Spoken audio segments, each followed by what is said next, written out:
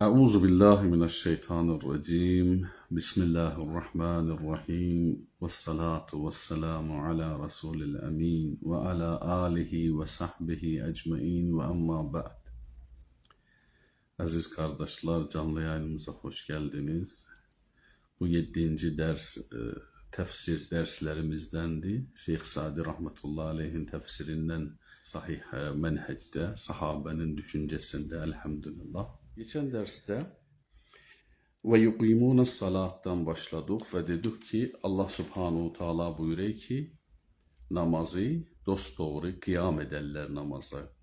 Namazı dosdoğru kılarlar. Müminlerin sıfatlerinden dedik ki Allah subhanahu teala ve buyurdu ki Şeyh Sadi bu namazdaki insanı kötülüklerden alıkoy. Ve razaknahum dedik ki Allah rızk veren yani kendi güçlerinden elde etmek değil. Allah veren ruziden, rızkten olar infak ederler Allah yolunda. وَالَّذ۪ينَ يُؤْمِنُونَ بِمَا اُنْزِلَ اِلَيْكَ Resulullah sallallahu aleyhi ve selleme gönderilene iman ederler. Müttakilerin sıfatlerinden biri de odur ki Allah'ın Resulüne gönderilen ki Kur'an ve sünnetti ona yakin ederler, iman ederler. Müttakilerin, takva ehlinin sıfatı da budur.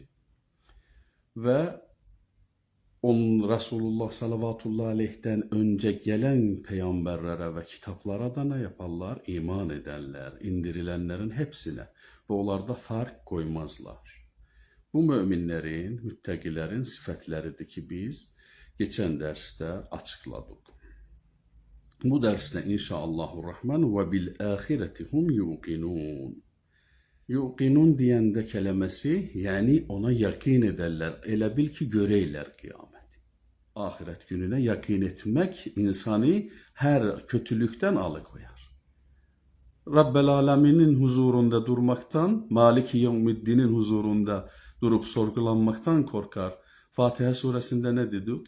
Maliki Yevmiddin'in önünde sorgulanacak insanlar. En zerre kadar yaptığı şeylerden sorgulanacaklar.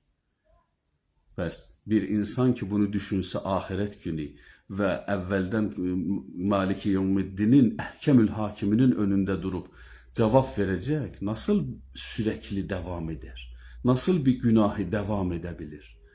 Resulullah sallallahu aleyhi buyurdu. Kullu beni Adem hatta ve hayrul hatta'in tevvabin. Tamam insanoğlu hata yapar ve en değerli hata yapan odur ki çabuk tövbe etsin. Allah'a taraf dönsün. Allah subhanahu teala'dan özür dilesin. Ya Rabbim ben yanlış yaptım, beni affet. Ve bu affedilmek sebep olar ki hem dünyada sıkıntıları az olar hem ahirette bir şey kalmaz. Allah subhanahu teala onu affetse bir şey kalmaz. Ahireti böyle yakini olsa insan ne yapar? Böyle sürekli tövbe eder ve bir günahı tekrar ediyorum müstemer yani devamlı yapmaz. Arkasından buyuruyor ulaike ala huden min rabbihim. Onlar kimler? Onlar ki müttakilerdiler. Ulaike onlar ki ala huden min rabbihim. Allah tarafından, Rablerinin tarafından hidayet olmuşlar. Bu sıfatları bakın tekrar ediyorum evvelden. 1. Gaybe inananlar. Namaz kılarlar. Allah verdiği rızklardan ne yaparlar? İnfak ederler. Allah'ın Resulüne indirilenlere iman ederler. Kur'an ve sünnete. Resulullah sallallahu aleyh'ten önce gelen kitaplara, peygamberlere iman ederler, fark koymazlar ve ahiret gününe yakin ederler. Bu sıfatte olan insanlar Rablerinin tarafından hidayet olmuşlar. Bu mutlak bir hidayetti. Ulaike ala huden min rabbihim. Allah tarafından hidayet olmuşlar bu kişiler. Bunu da elde etmek çok zor bir şey değil. İnsan Allah subhanahu teala vüs'ünden fazla teklif etmez ona. O kanunlar, o şeyler ki Allah subhanahu teala bize meşru edip, ona emredip de yakiniz olsun ki insan yapabilir. İnsan ki diyor yapmıyorum bana zor geliyor o kendi nefsinin tembelliğinden ve günaha taraf kaydığından ve şeytanın vesvesesinden. Bəs Allah tarafından hidayet olanlar. Yani bir büyük hidayetten pay yapardılar onlar. O insanlar bir hidayet aldılar ki kimse onu bozamaz. Bu sıfatlere sahip olanlar bir hidayet elde ettiler ki kimsenin hidayeti olarak ulaşamaz. Bu hidayet kesin, yakiniz olsun. Yakiniz olsun ki Firdevs-i A'la'ya yetirer insanı. Tekraren geldik biz o yere ki her zaman biz buna değiniyoruz. Allah'ın kelamını okuyup, onda tedebbür edip ve hayatında uygulayanlar. Bu bunların sıfatıdır. Eğer böyle bir şey elde ettilerse bu hidayeti kesinlikle onun meyvesi Firdevs-i A'la'dır. Resulullah sallallahu aleyhi'yle komşuluk etmek, sahabeyle yaşamak ve sonsuza kadar yaşamak. Yani burada eğer 100 senede krallar gibi yaşasan bir şey elde etmeyeceksin. Sonunda bitecek. Sonunda bitmelidir. Ama orada bitme yoktu.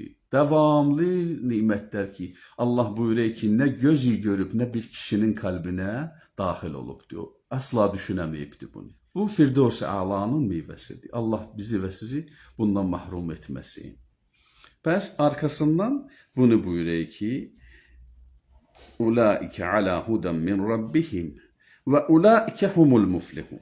Yani buyuruyor ki o şeyleri ki seveyi, o şeyleri ki canı gönülden seveyi, her şey ki ona güzel gele onu elde edecek. Felaha yetişecek, restkarlığa yetişecek, bir şeye ulaşacak ki akıllar almaz onu. Ne mene kalbi istiyorsa ona ulaşacak. En büyük zaferi elde edenler bulardılar. Bulardılar ki bu sıfatlere sahiptiler. Bu sıfati ki Allah subhanahu taala müttakilere bir saydıkta söyledik. Adapare ki müttakiler kimlerdiler, nasıl yaparlar? Bir sahabenin emellerinde, imanlarında, akidelerinde bir yansıyı ve gösterilir. Sirelerine baksus hepsi öyleydiler. Onun için en büyük ve hayırlı ümmet oldular ki Allah buyuruyor yeryüzünde insanların hayrına yarattı. Subhanallah. Buyuruyor Şeyh Sadi rahmetullahi aleyh bu ödülü kazanmak asla imkan yoktu illa onların yolunu gitmek. Onlar kimler idiler? Resulullah sallallahu aleyhi ve sellemin en birinci öğrencileriydiler. Ve onları öğreten kim idi? En birinci öğretmen alemde, en alimterin öğretmen. Bəs eğer istiyoruz ki biz sahih akideni ve bu hidayeti elde ederim, onların yolunun gitmekten başka Şeyh rahmetullahi aleyh buyuruyor, başka bir yol yoktu. Başka bir yol aramayın. İmkansızdı. Olabilmez. Vallahi boşu boşuna hayatı çürütmekle olar gibi olmak olmaz. İmkansızdı. Enes İbni Malik razıyallahu anh'a buyuruyor ki biz Resulullah sallallahu aleyhi zamanında 10 ayet Kur'an'dan anlayıp, okuyup, düşünüp ona emel yapmadan o birisi ayetlere geçmezdi. Bunlar ehli Kur'an'ıdılar ve bunun dışında imkan yoktu ki Kur'an ehli olasan. Bir hadisi ben çok söylüyorum. Allah'ın Resulü sallallahu aleyhi ve sellem buyuruyor. Hayrukum men teallemel Kur'an'ı ve allema. Sizin en değerliniz odur ki Kur'an'ı anlasın, ona emel yapsın ve onu başkalarına öğretsin. En değerli bir insan Allah katında bundan sonra olabilmez. İnsanlar baksın kendi emellerine, görsün bu fiil hayatlarında varsa eğer bilsin ki o Allah'ın katında en değerli bir insan. Ama yoksa başka sözle, şiarlarla, şiar vermekle gece gündüz anlamadan ibadet yapsan da yanlış ibadet yapacaksan. Bu ilimsiz ibadet olmaz. İlm imandan değerlidir. Onun için ki sen ilimsiz, imanın olabilir ki yoldan sapasan. Görüyorsunuz ne kadar insanlar yoldan sapmışlar ve iddia ediyorlar ki biz Müslümanız. Ama ilmin olsa, az da olsa ibadetin kesin bunu yakin et ki Allah kabul edecek ve sen bu sefer müttakilerden olacaksın. Ve tekva ehlini Allah subhanahu teala herkesten fazla seviyor. İnne ekremekum indallah etkakum. Sizin en değerliniz benim yanımda en tekvalılarınızdır. Allah subhanahu taala bizi ve sizi Kur'an ehlinden ve tekva ehlinden yapsın. Vesselamu aleykum ve rahmetullahi ve berekatuhu.